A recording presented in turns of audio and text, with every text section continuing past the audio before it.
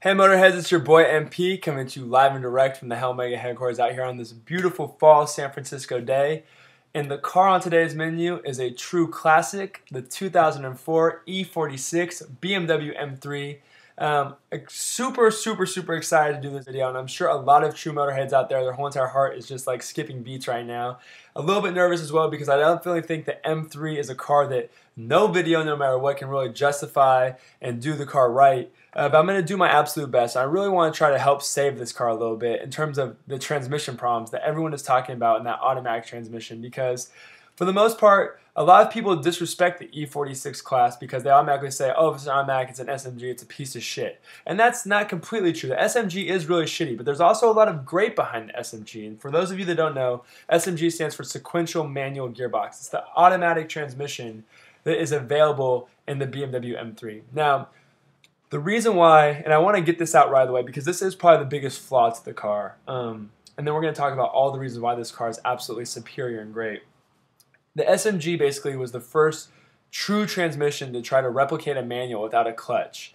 And there's a very secret trick to this car to try to really help yourself and make the car a little bit better. There's a little button right underneath the gearbox. It looks just like this, minus the arrows. I drew those arrows in. I obviously drew the box as well. Now what this button does, and it looks just like this with it. Again, there's an arrow here and an arrow here. What this button does is it allows you basically to change and manipulate the whole entire shift pattern of the car. And why this is important is because between gears 1 to 3, this car is extremely shitty. Between gears 4 through 6, this car is extremely textbook perfection. And what I mean by that is, I right away naturally as a performance driver or someone that likes to go extremely fast, I set my setting right here at the max, right? And so what happens is when you're driving in gears 1 through 3, let's say you're in first gear, the light turns green, you start going, the car goes, no matter how fast you're going, whether you're flooring it or easy on the gas, the car goes all the way to red line and then almost like blips the gas, right? So it like shoves you a little bit, drops the car into neutral, shifts the car into second, re-engages the gear, and then the car takes a really like jerky like shift into second. When the shift pattern between 1 to 3 is horrific and the ride quality is very poor. And that's two-part. One, because the car doesn't, it's almost like it's confused. It's almost like it's in a foreign place and doesn't understand the language. It's not, this car is not meant to be driven slow. This car is begging, the throttle is almost like shaking as you're driving around. It's just begging, please floor me to the ground. It wants to go extremely fast. And this car has a 3.3 liter V6, 333 horsepower, just absolutely in your face, get all up in your Kool-Aid raw power. I mean, it's punchy, right? You get on that bad boy 4 through 6 and you're going to be in a whole nother dimension you've never been before. I had the car at higher speeds in the 100 to 120 mile per hour range, I'm not going to lie. I was taking turns on ramps, off ramps, whether I said 40, whether I said 50, as fast as I could. I was trying to make those wheels squeal. And the car just suction cupped down, all that downforce just suction cupped down to the road and just was like a walk in the park for the car. It was like almost bred to do this. It knew exactly. It was like, I know this blueprint. I know what I'm doing. And just took every turn, every acceleration effortlessly. There was no shake in the steering wheel. There's no shake in the body. The whole car just felt like it was just like wrapping around. It was like almost me and the car were becoming one. And my footprint on the gas, my foot on the gas pedal, and the wheels on the ground were just connected. We knew exactly what was going on together, and that is what is amazing behind this car. And that's what makes this car so damn special. And that's what makes this car the blueprint, the gold standard, the absolute flagship of success for BMW, because this car is a driving experience. This car is absolutely pure. Whether it's a 1986 E30, a 1993 E36, a 2004 E46, or a 2009 E92, depending on the motor, no matter what, the car is pure and perfect, and it really owns it. And that's what really makes the BMW M3 special. So we need to get past this SMG issue. Now, I was driving a 2004 SMG automatic convertible, so that obviously added a lot of trunk weight to the back, and it slows the car a little bit down. I don't think you can even get 0 to 60 in under 5 with that car. I think it's like 5.1. You know, I gave it all I could, and I think that, on a second note, I do want to go back to this for 1 second. I toggled all the way down. I toggle all the way down to the lowest one, and I have to warn you, this is why 1 through 3 really sucks, because even when you try to say, I don't like that herky-jerky, and you go all the way down, it's gurgly. It's almost like you're scoping shit. I mean, it's just horrible, and it almost says to me that you probably shouldn't be driving an M3 if you have to live in this area. If you're living in this box,